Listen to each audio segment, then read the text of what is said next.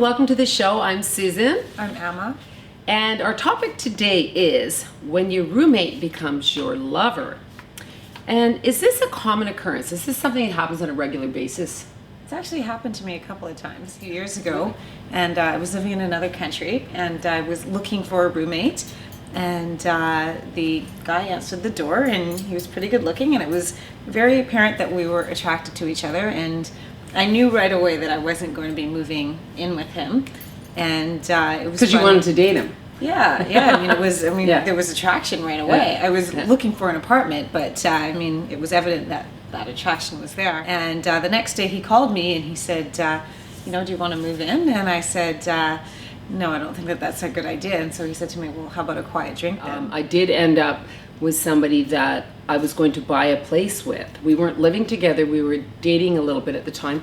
And we decided that, maybe we should buy a place and just so we can invest and buy it pre-sale and then sell it when it came ready to sell, once it was built and everything else. But it was such a big amount of money to put down on it that we kind of bailed on the idea. And then a realtor friend of mine found a place and said, "You guys should buy this. It's such a good deal."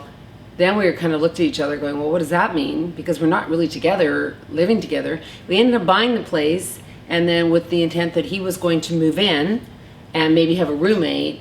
Well, 4 months later, I moved in. So yeah, another situation was, this was actually a situation where I was living with the guy, and we ended up being a little bit more than roommates. Friends with benefits. Yeah, but I think in that sort of situation, it was more of a convenience.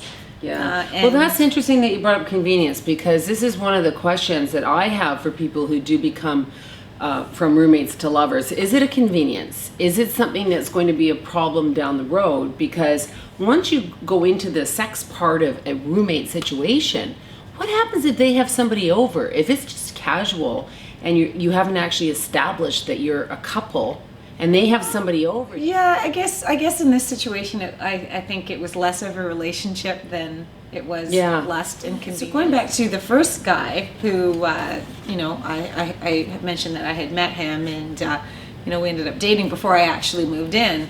What happened was that he ended up moving out of the country and he asked me to look after his apartment. So what I did was I found people to live in his apartment, and they didn't take very good care of his apartment, and so that wrecked our relationship. So it's kind of.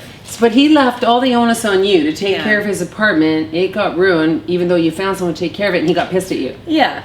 Oh, well, I'm glad you're not with him. And so we're not friends anymore. Nah. He won't return my calls. No. If you're in a roommate situation, then you probably should keep it strictly a friendship. Because one of you is going to have to move out, because the chances of you ending up as a couple down the road, I don't think the odds are that great.